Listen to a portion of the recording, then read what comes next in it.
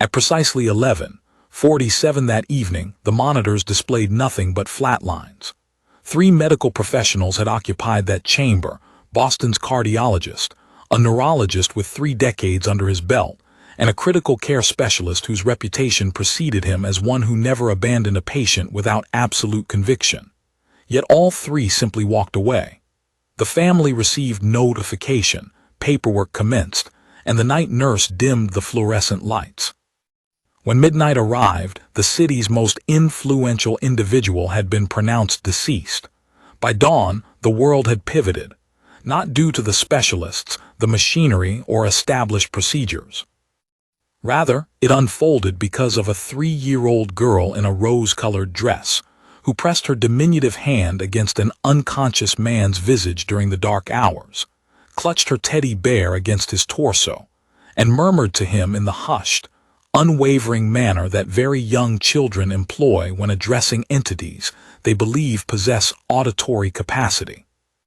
Equally pivotal was her mother, a janitor who had maintained that building's floors for 9 years, who understood by morning that the most consequential act she'd ever performed within those walls bore no connection to cleaning supplies. Before proceeding, if you hold conviction that humanity's smallest and most overlooked individuals frequently harbor extraordinary gifts, please express appreciation for this narrative by engaging with the content, following the channel, and distributing this account to someone who currently needs faith in something greater today.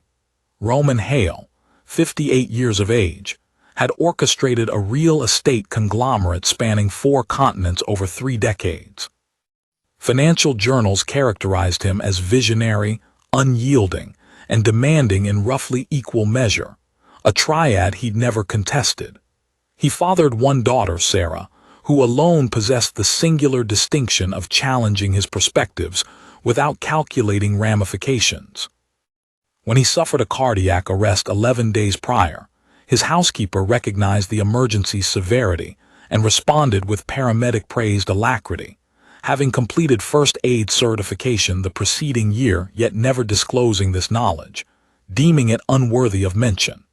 The initial week proceeded smoothly until a secondary complication emerged, prompting the trio of specialists to convene in the corridor and deliver somber prognosis to Sarah. She listened attentively, masking her emotions completely. From her father she'd absorbed wisdom, including the understanding that environments perceive facial expressions before parsing verbal messages. She retired to her residence at 2:00 a.m. when night nurse Mernetta, identified by her name inscribed meticulously on the whiteboard alongside Sarah and Alyssa, gently counseled rest was essential.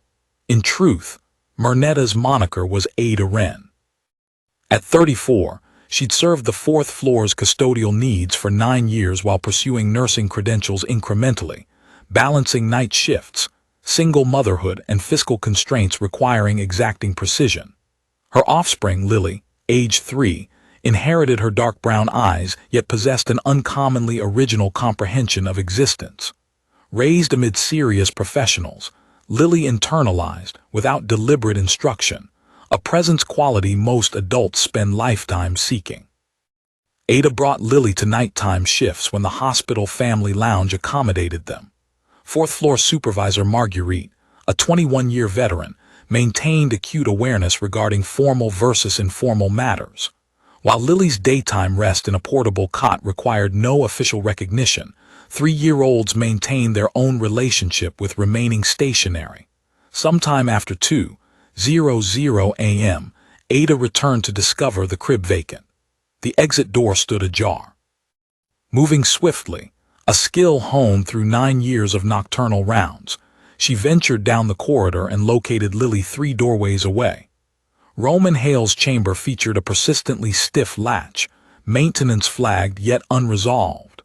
Lily forced entry with the total physical dedication characteristic of a child who identifies a destination and disregards logistical impediments.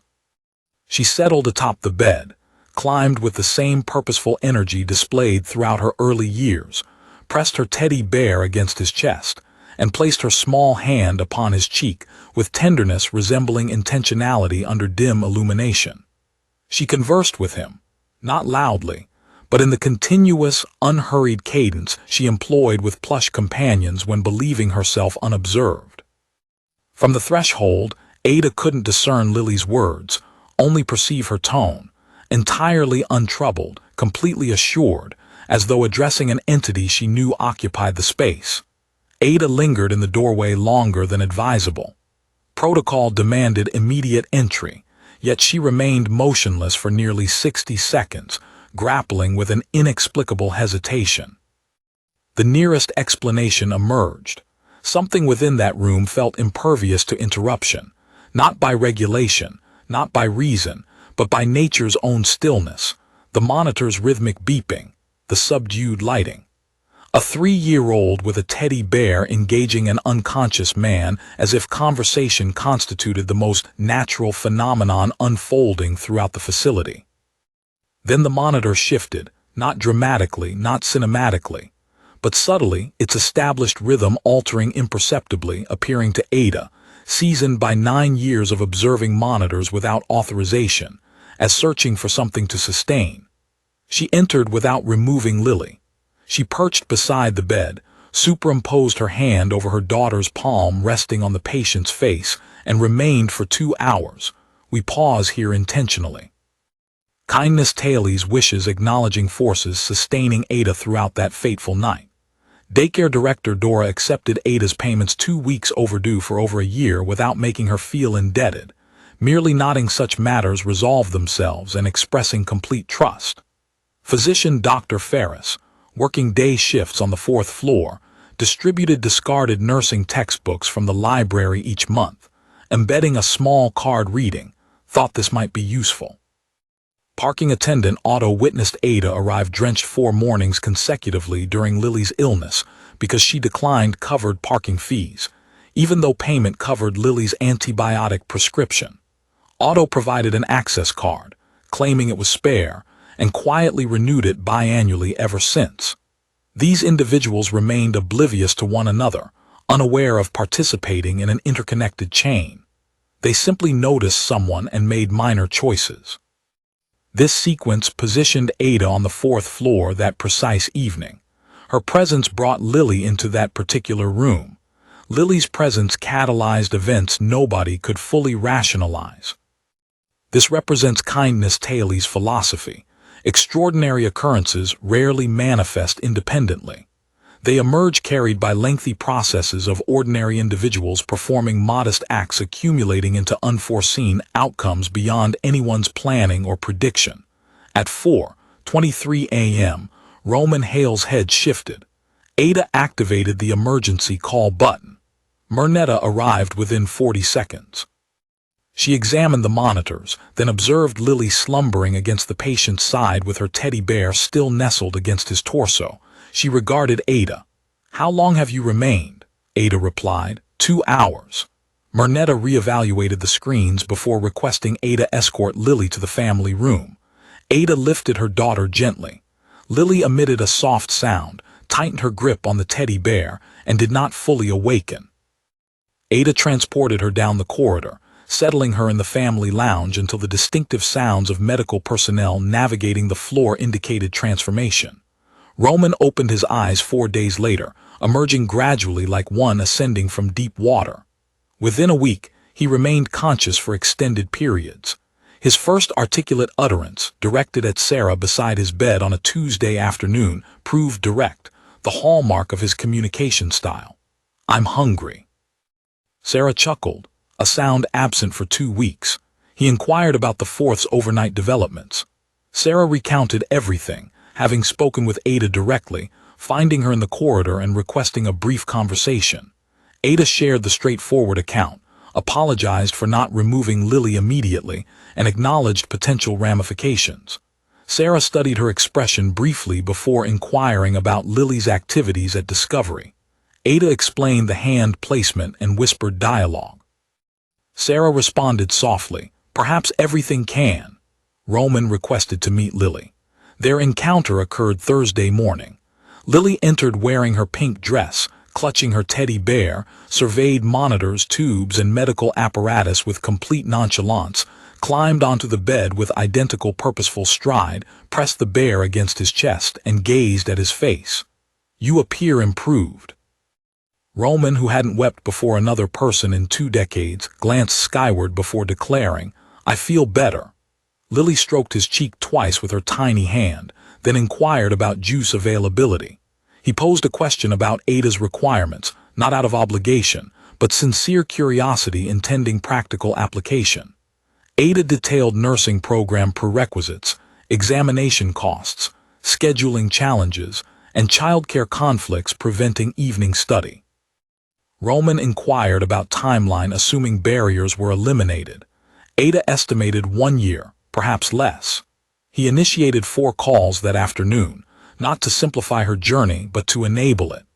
Ada declined facilitation, preferring possibility over ease, clearly articulating the distinction to him. He comprehended immediately, having constructed his empire by distinguishing obstacle removal from effort elimination. Childcare provision, study access, examination expenses, all resources existed through programs Ada qualified for yet remained unaware of due to time scarcity preventing research. Roman's contacts didn't generate new assets. They connected Ada to pre-existing opportunities awaiting discovery. Ada sat her first remaining examination 4 months later and succeeded. She took the second 3 months subsequently. Upon receiving her results, she paused in the corridor pushing her cart, then retreated to the family lounge, sitting quietly for a time. Mernetta located her there, observed her phone's glow, and recognized the moment. She settled beside Ada and after a pause remarked, "I foresaw your triumph." Ada replied, "Your familiarity with me began later." Mernetta responded, "I recognized you by the 2nd week." Roman confided in Sarah, "I'm uncertain what she accomplished in that room." Sarah countered, "Nor she. She simply existed." Roman affirmed, "That's precisely it, isn't it?" Sarah concluded, "That's exactly it.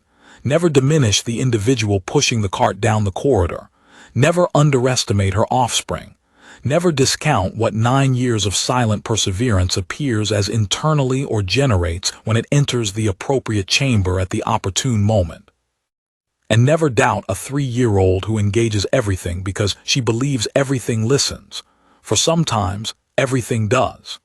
Should this narrative resonate with you, express appreciation through engagement, contribute commentary, and share it with someone requiring such inspiration.